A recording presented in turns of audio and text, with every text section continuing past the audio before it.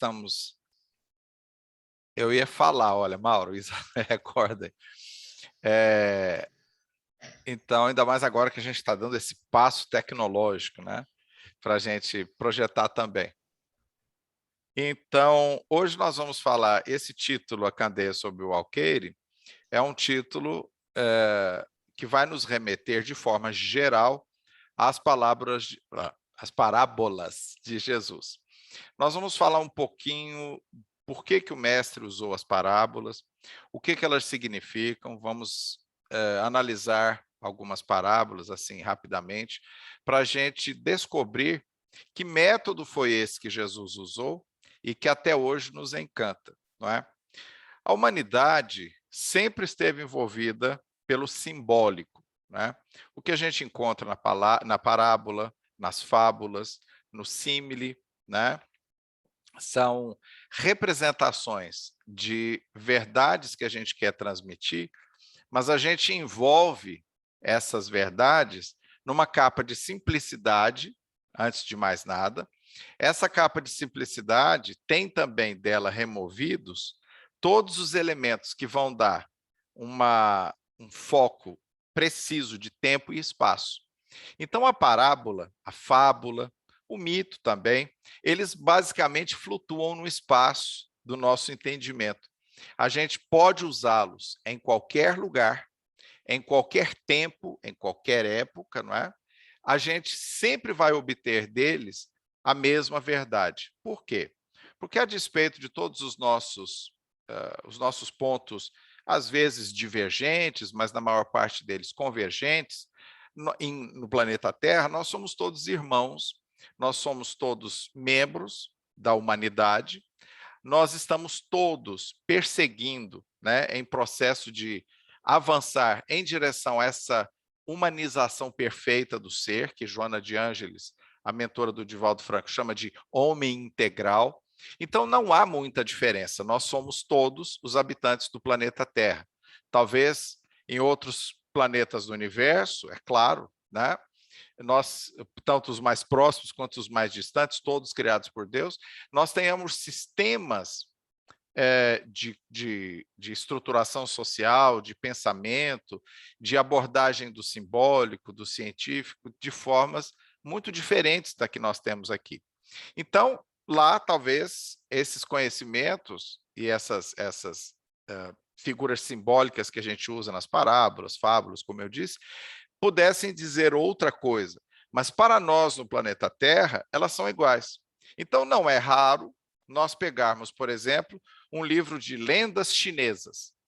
E quando a gente lê os livros de lendas chinesas, eles têm personagens diferentes, eles têm maneiras diferentes de contar, mas essas parábolas ou ensinamentos simbólicos chineses servem para todos nós.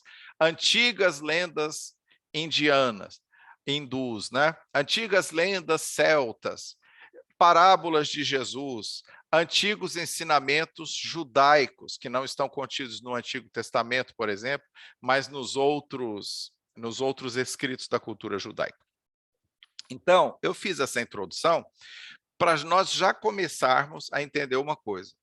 Quando Jesus usa no seu sistema de ensino a parábola, ele estava assegurando para o seu ensino clareza e longevidade, e um sentido de atemporalidade também, não é?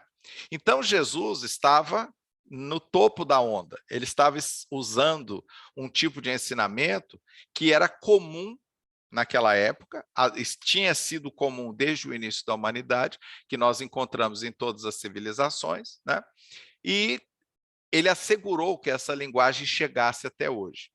Aí tem duas questões no Livro dos Espíritos muito interessantes que eu queria só ler e comentar rapidamente aqui para vocês. Uma delas é a questão 627.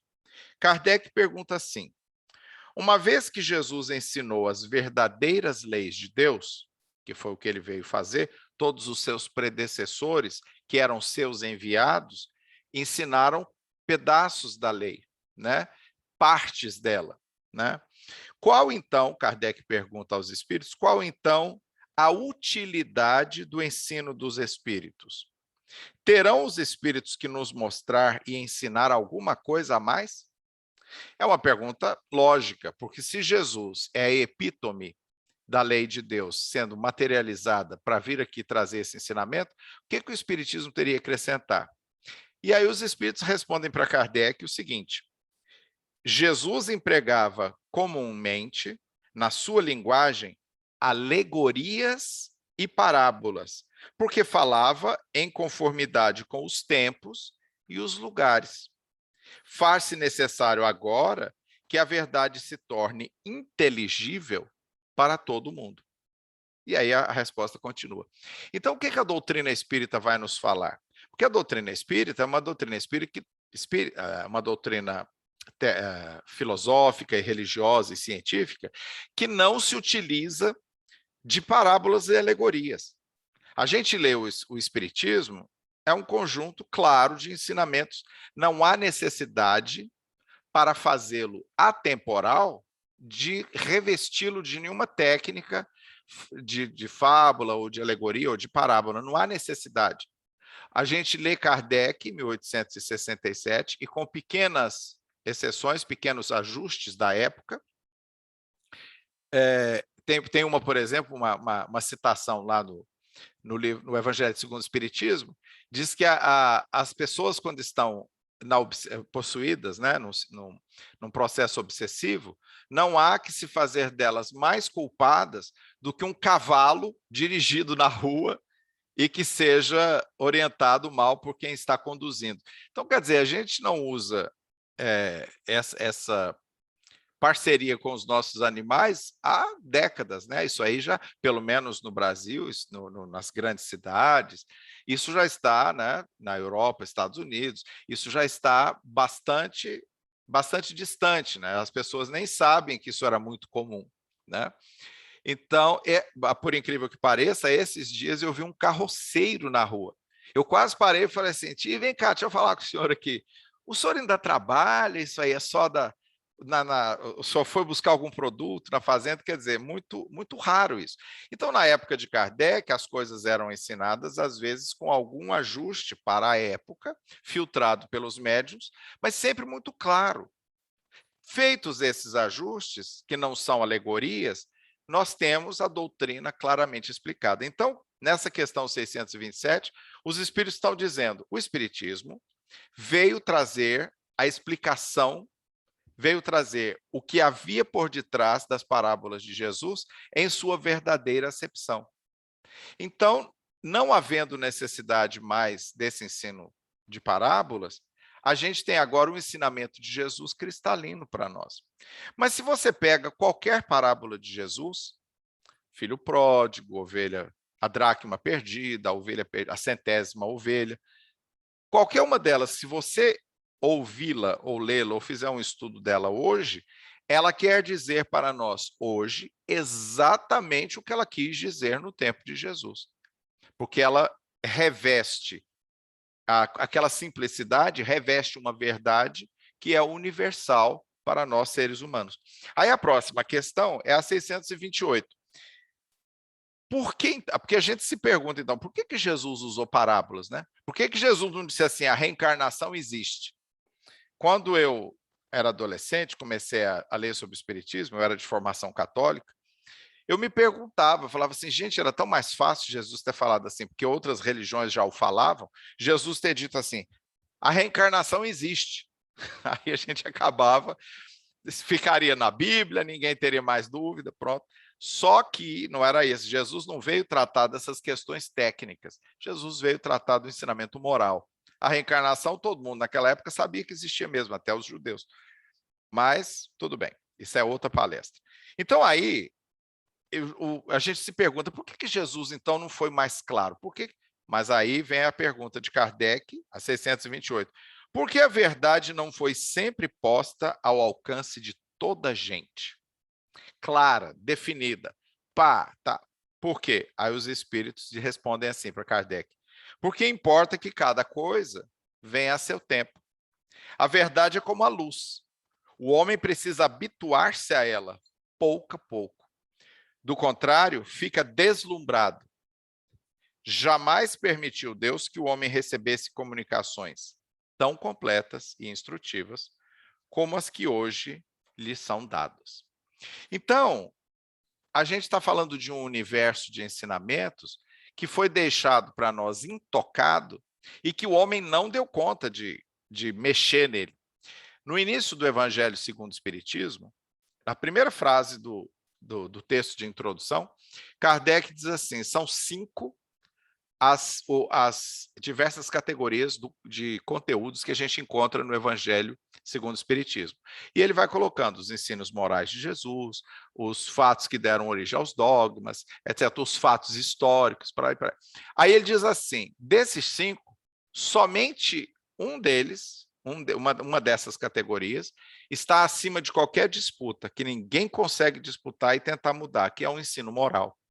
Tanto é que o Evangelho segundo o Espiritismo é um evangelho que explora, nos seus 28 capítulos, 10 capítulos são somente sobre as bem-aventuranças. Ele explica cada uma delas, vai em toda a profundidade nas bem-aventuranças e vai explicando. Por quê? Porque não tem jeito, as bem-aventuranças são absolutamente imutáveis. Não tem jeito de disputar com ela, dizer, não, uma religião falar que elas são de um jeito, outra de outro. Ao passo que Jesus transformar água em vinho já é motivo de disputa. Jesus curar um leproso no sábado já é motivo de disputa. Então, as parábolas de Jesus são indisputáveis. As pessoas podem torcê-las e criar interpretações mirabolantes, mas só no início. No fim, a hora que chega no finalzinho, está lá a mesma significação que ela teve há 2000 anos. No Evangelho, nos Evangelhos, nós encontramos 44 parábolas. Essas 44 parábolas, já contando as repetições, elas são divididas assim, olha. Elas têm 31 ocorrências perdão, são 44 parábolas. Com as repetições, o número muda um pouco, e às vezes uma versãozinha. Então, elas ocorrem 31 vezes em Lucas. Lucas é o que mais se utiliza de parábolas. 22 vezes em Mateus, 6 em Marcos e só 2 em João. O evangelho de João já é um evangelho diferente mesmo. É um evangelho mais direto, mais teológico, ele tem menos interesse nessas coisas simbólicas no sentido das parábolas, etc. Ele usa, às vezes, outra simbologia. Né?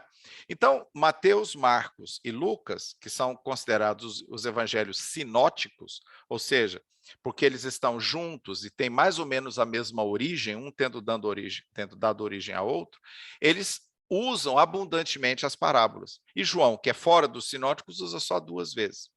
Então, essa força desse ensinamento é muito interessante, né?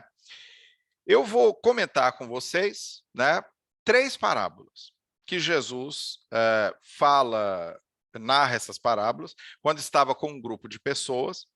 E essas 3 parábolas, que são colocadas no mesmo conjunto narrativo, elas todas falam da nossa relação com Deus. E vamos ver aqui. A primeira delas é a parábola da dracma perdida. A dracma era uma moedinha muito pequena, mas muito pequena, talvez o óbolo da viúva, aquela história real, isso aí já não é parábola, é uma história real, que Jesus e os apóstolos testemunham uma viúva colocando 2 moedinhas de contribuição no gasofilácio, né, que era aquele local onde se jogava o dinheiro. Essas 2 moedinhas talvez fossem dracmas, porque era moedinha assim de 1 centavo, né? E conta Jesus na sua primeira parábola das 3, para aquele povo que estava assistindo. O primeiro grupo a que ele se dirige é o das mulheres, porque mulheres e homens estavam ali assistindo Jesus. Então, o primeiro grupo a que ele se dirige é as mulheres. Então, ele diz assim: uma mulher perdeu uma dracma. E aí ela pôs-se a varrer a casa, meticulosamente, até que encontrasse a sua dracma perdida. E quando ela encontrou a sua dracma, ela ficou muito feliz.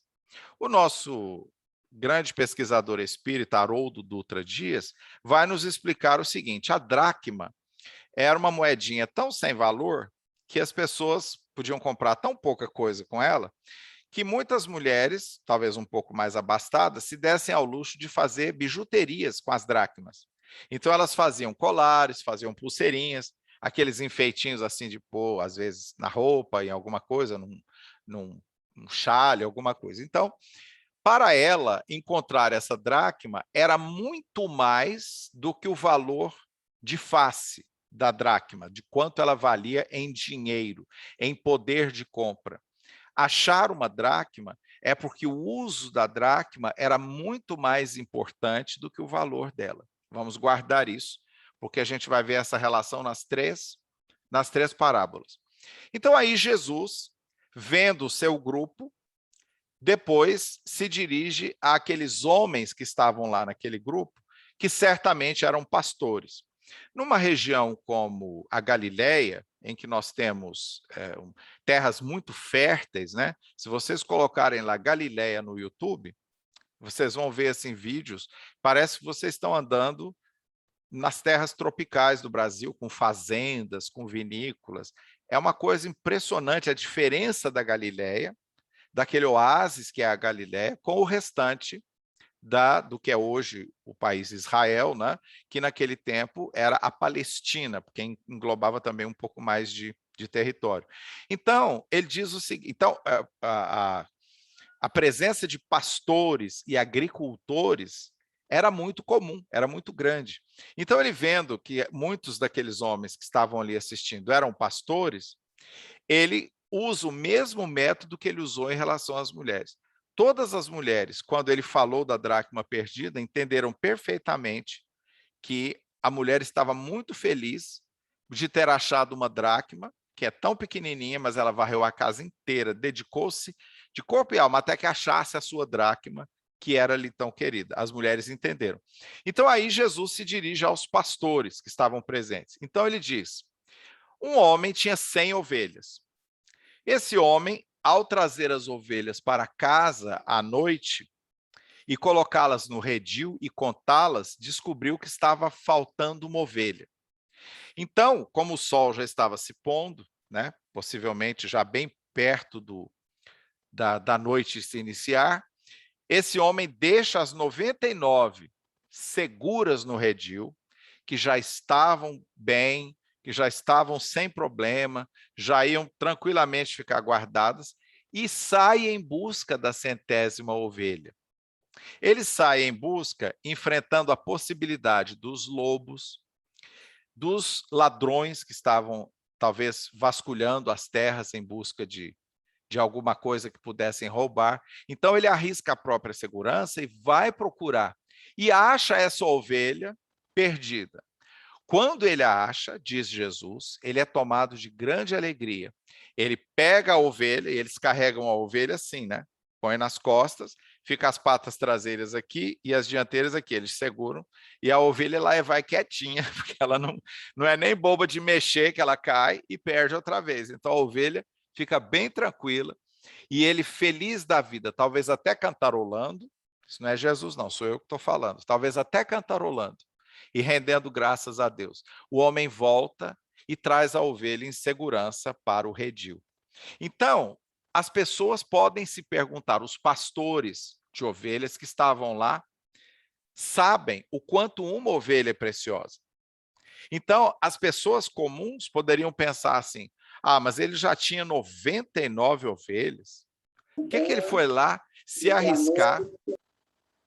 Oi? Ele já tinha 99 ovelhas no redil. Por que ele foi se arriscar a ser atacado pelos lobos, atacado pelos ladrões e foi buscar uma ovelha? Tudo bem, os pastores entenderam na hora. E aí, por último, Jesus olhou aquele grupo e certamente, mesmo entre os pastores e de outras profissões, havia muitos pais de família ali. Então Jesus conta, por último, a parábola dos 2 filhos, que é uma parábola bastante complexa e que vai encerrar o ciclo dessas 3 parábolas, todas com o mesmo sentido.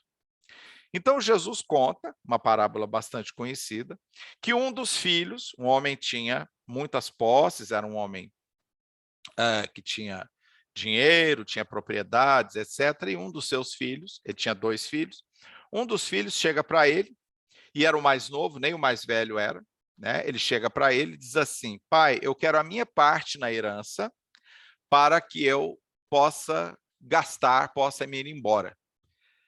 Isso, explica também o Haroldo, era uma ofensa muito grave. Por quê? Porque, por direito, metade dos bens que pertenciam a um pai de família era do seu primogênito, do que era mais velho, e nem era ele o primogênito, né? Então, ele pensa, fala: olha, vamos dividir. Outra coisa, você só divide a herança se o pai morrer. Então, tipo assim, pai, eu só estou demorando a morrer, me dá a minha parte da herança. Então, era duplamente ofensivo. Mas o pai, mansamente, faz a vontade do filho. Ele divide os bens, pega a parte que caberia ao filho, entrega para ele. Então, nós conhecemos a história. O filho sai pelo mundo, vai dissipar aquela riqueza que ele tinha conseguido. Certamente dá muita cabeçada. O dinheiro, como dizia a canção, o dinheiro na mão é vendaval, né? Desaparece rapidamente.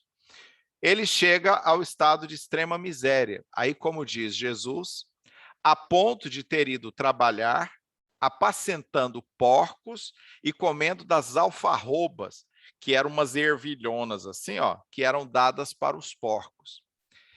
Vamos observar que a cultura judaica abomina os suínos. Eles não comem nenhum animal que tenha a pata fendida, igual o porquinho assim. Eles só comem cabritos, carneiros e bois e vacas, né? Então, por exemplo, os suínos, eles não comem, porque tem a pata fendida. Então, para ele, não era nem comer a comida dos porcos em aquelas alfarrobas. Para ele, trabalhar onde ele estivesse, apacentando porcos, era a mais extremada humilhação. Então ele deixa, e ele pensa, diz Jesus, ele pensa, fala, gente, eu tinha na casa do meu pai tudo, festejava, éramos felizes, e eu larguei tudo isso para vir aqui apacentar porcos, que são imundos na minha religião, né? E comer as alfarrobas. O que é que ele decide? Voltar e pedir perdão para o pai. Então, ele volta, né, para a aldeia lá na Galiléia. Quando ele chega, ele aponta-se no alto do monte. Quando o pai o vê se aproximar, o pai corre até ele. Então, também lembrando o Haroldo, né? O pai correr, os homens, os patriarcas judeus, eles não corriam. Eram homens muito sérios, muito compenetrados. O pai correr em direção a ele já é uma coisa que está quebrando uma tradição. O pai corre até ele antes dele entrar na vila e o abraça. Por quê? Porque uma pessoa que faz uma ofensa tão grande, se ele entrasse na vila sem esse abraço do pai, ele seria escorraçado da vila, porque ele já não era benquisto mais. Então o pai o abraça e traz. Outra coisa, o pai o beija na face. O beijo era o maior sinal de acolhimento. Quer dizer, o pai estava demonstrando, e certamente que estava todo mundo observando aquilo e vendo o que ia acontecer, o pai, quando o beija, está provando para todos: acolham o meu filho, porque eu o perdoei. Então o pai o beija e traz para dentro da aldeia. Quando ele o traz, a gente conhece também, ele fala para o pessoal: matem aquele boi cevado, porque vamos fazer uma festa hoje. E tragam roupas e um anel para colocar no dedo do filho. Que roupas e um anel? Ele devia estar imundo, o banho talvez ficasse para depois, né? Um banhozinho assim, à moda do deserto, só nas partes mais suadas, tal. Os pés, né, que era muito refrescante eles colocarem água nos pés do viajante. Então, quando ele coloca o anel no dedo também, é sinal que ele está restituindo ao filho o seu grau de nobreza, o seu pertencimento. E aí eles começam uma festa, porque o pai diz assim: porque este filho estava morto e reviveu. Tudo bem. Aí todo mundo acha que está maravilhoso, né? O outro irmão não acha, não. O outro irmão, que tinha ficado para trás, chamou o pai e disse assim: pai, o meu irmão fez tudo isso com o senhor ainda perdoa? Pois o senhor nunca me deu, olha o filho, o senhor nunca me deu nem um cabrito para eu celebrar com os meus amigos. Aí o pai diz para ele: filho, o que você está falando? O seu irmão estava morto e reviveu, e você ficou aqui comigo? Tudo que é meu é seu. E aí o pai perdoa um filho e tem que enfrentar a falta de humildade do outro filho, que foi aquele que, enciumado do irmão, ficou pensando em tudo aquilo que tinha acontecido e, quer dizer, tudo que o irmão fez, possivelmente ele tinha vontade de ter feito e não fez. Às vezes ele queria o dinheiro, queria sair, gastar, fazer as coisas, e fala: pai, eu fiquei aqui com o senhor, tipo assim, poxa, o senhor tem que me tratar.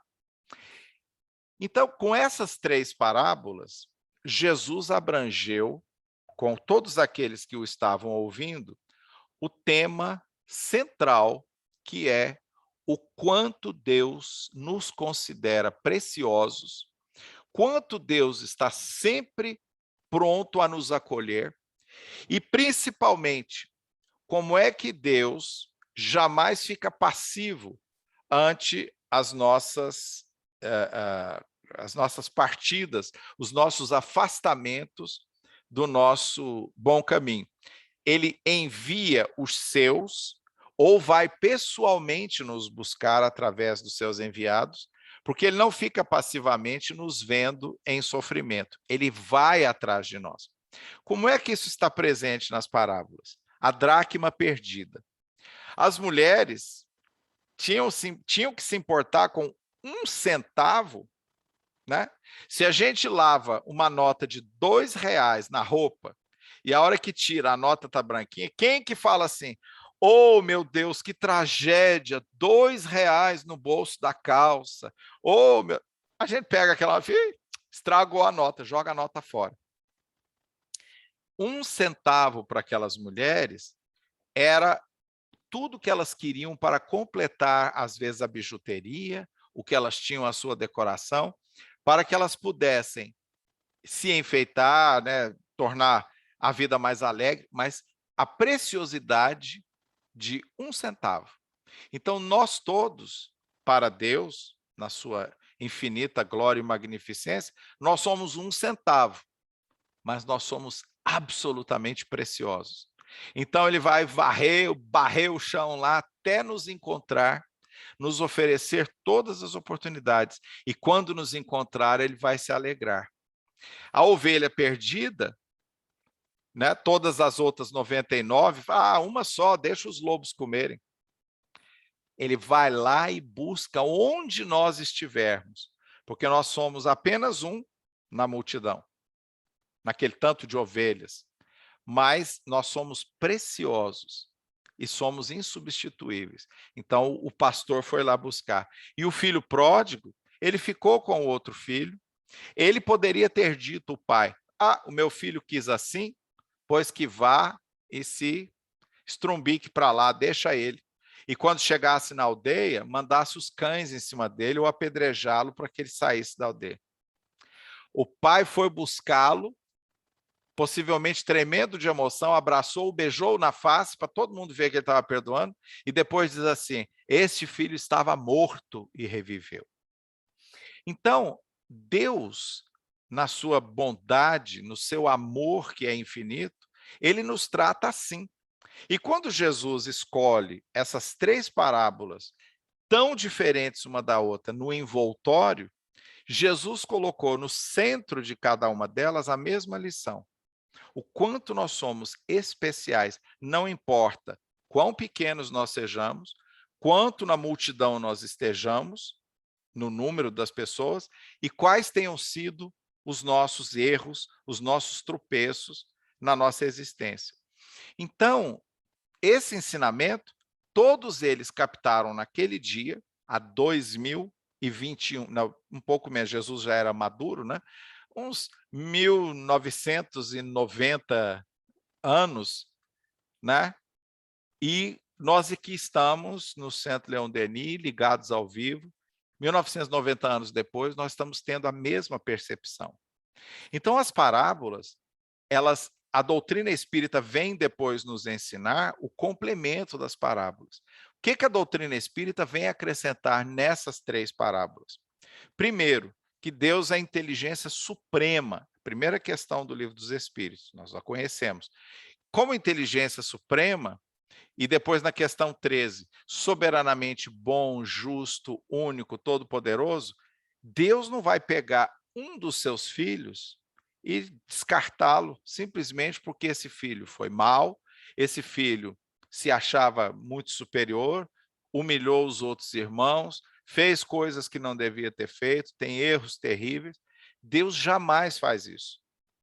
Para uma inteligência suprema, ter criado todos nós únicos, porque nós somos únicos, no universo inteiro, não é só na nossa galáxia, é nos 200 bilhões de galáxias que tem por aí, só as que o Hubble descobriu até agora, né? Agora vai ter um outro telescópio aí mais poderoso ainda. Só os 200 bilhões que eles já sabem que existe, em nenhum deles tem ninguém igual a mim, igual a vocês, não tem. Nós somos únicos. Então, essa individualidade, que é o presente maior de Deus, para ele é preciosa. Porque Deus não podia falar assim, com 200 bilhões de galáxias, deve ter assim pelo menos uns 500 bilhões de civilizações aí. Aí Deus fala assim, o planeta Terra vai acabar, deixa eles. Que es bobo, né? Estão destruindo o planeta, deixa eles. Deixa para lá. Tem muita gente aí, eu criei filho demais. Ele larga todas as civilizações para lá, todas elas, as 99 civilizações, e vem nos buscar aqui. Então, a doutrina espírita nos explica sobre a natureza de Deus. A doutrina espírita nos explica como é que Deus vai fazer depois que nos acolhe de volta, vai nos buscar a 100º filho, nós somos a dracma perdida, nós somos o filho pródigo que volta. Depois que nós voltamos para o convívio, o que Deus vai fazer? Nos permitir a reencarnação para nós continuarmos a nossa caminhada. Porque numa existência não dá, gente. O tanto de cabeçada que a gente dá numa existência, já pensou se a gente só tivesse uma mesmo? Não salvava ninguém, gente. Né? Porque esse negócio de, o fulano arrependeu na hora da morte, que coisa boa, né? Quanta gente arrepende na hora da morte achando que é a morte? Aí não é. Aí a pessoa, quando vê que não foi a morte, continua fazendo do mesmo jeito. Então, é muito importante a gente entender que essas parábolas, com todos esses ensinamentos, vêm ao encontro do Espiritismo para que juntos a gente possa ter o esclarecimento necessário. Né? Essa individualidade, esse ser único que nós somos, essa preciosidade é tão importante. E essas 3 parábolas de Jesus ensinam isso para a gente. E todas as outras parábolas. Gente, cada parábola de Jesus é um universo. Cada uma delas. Essa semana nós estávamos encerrando, nós estávamos discutindo ontem, o nosso coral, né, o Vozes da Terra, que é um coral espírita, a gente vai voltar em janeiro presencial. Mas a gente tem feito cultos aos domingos, no horário do nosso ensaio. Então, ontem, a gente estava falando daquela parábola fantástica que se aplica muito a nós. Né? A gente fala assim, quando eu aposentar, eu vou fazer isso. Eu mal posso esperar para aposentar, porque aí eu vou ler toda a obra do André Luiz. Gente, que felicidade. Aí a pessoa começa a fazer uma contagem regressiva, compra a obra do André Luiz e põe lá assim. Aí cada dia vai lá, tira o pó assim, e vai contando, né? Aí Jesus tem uma parábola. Aí fala assim, eu vou pôr o telefone do Mauro aqui, e o telefone da Cida, lá do Leon Denis, porque eles estão me convidando para trabalhar no centro e para estudar já tem tempo. Mas só falta 1 ano e meio para eu aposentar. Eu vou pôr o telefone deles bem aqui, porque a hora que eu aposentar eu vou ligar. Para isso, Jesus tem uma parábola fantástica. Diz que um homem era muito rico. Aí esse homem, por bênção do céu, toda a plantação dele, que ele tinha plantado, choveu o suficiente, essa plantação deu imensas colheitas, imensas. Os celeiros antigos que ele tinha nem conseguiam caber neles toda aquela produção de trigo, né? Porque eles usam muito o trigo, né? Porque é um cereal universal, eles fazem o pão, aquilo dura muito tempo, se bem armazenado. Os rebanhos dele. Então, o que ele mandou fazer? todo feliz da vida, mandou derrubar os celeiros velhos. Tira essas trenheiras velhas daqui, essas traquitanas. Mandou construir celeiros novos, imensos, armazenou trigo.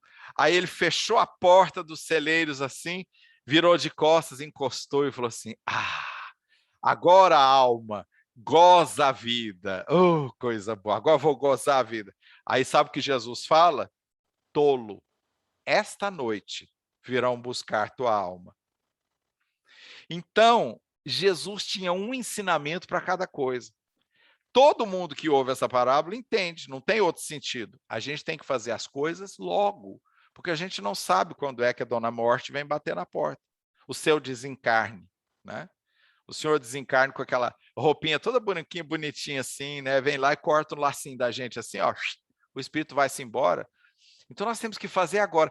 Toda a parábola de Jesus tem um sentido diferente e elas todas cobrem uma gama de circunstâncias da nossa existência. Essa do tolo, esta noite virão buscar a sua alma, eu acho maravilhosa, porque é assim que a gente é. A gente espera, a gente projeta. Ai, graças a Deus, eu não tenho tempo de ler agora, mas quando eu aposentar. Então, gente, vamos ler agora, vamos estudar agora. Nós somos filhos pródigos, nós somos a dracma perdida, somos a centésima ovelha. E Deus está oferecendo um monte de chance para a gente voltar e fazer as coisas. Depende de nós, né? Olha, queridos, foi maravilhoso. Fico muito feliz de ter estado aqui com vocês essa noite, nesse novo projeto de vocês. E que Deus nos abençoe a todos e um grande beijo no coração de todos.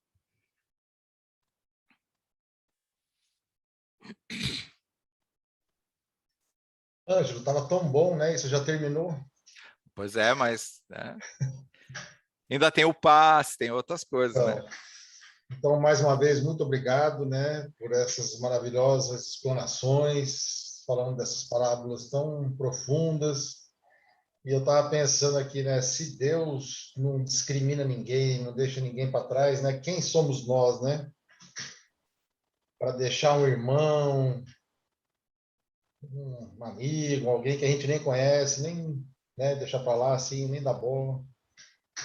Isso tem que fazer muita reflexão, né? Nem às vezes um parente, né, que a gente fala, isso aí já era, isso aí larga para lá, isso aí não tem mais jeito, né? Quantas dracmas a gente deixa perder, quantas ovelhas a gente deixa para os lobos, né? Pois é. É... Então, são parábolas muito reflexivas que a gente tem que agradecer essa explanação que você fez e trazer, né, para o nosso dia a dia. Gente, então, agora eu vou pedir para o pessoal que está lá no Centro Espírita, lá na nossa casa, os passistas que estão lá, para se prepararem para o passe coletivo, né, preparar o ambiente também, acender a famosa luzinha azul. E a gente vai se preparar aqui, quem não pegou a água ainda pode pegar. Vamos partir para a segunda parte, então, do nosso trabalho, que é o passe. Eu vou aqui tentar a minha conexão aqui com o passe virtual, vamos ver se vai dar certo, que eu não sou muito bom em tecnologia, mas por até então deu tudo certo. Vou parar, então, a gravação, para não ficar muito pesada. E, mais uma vez, agradecer o Ângelo por essa palestra maravilhosa.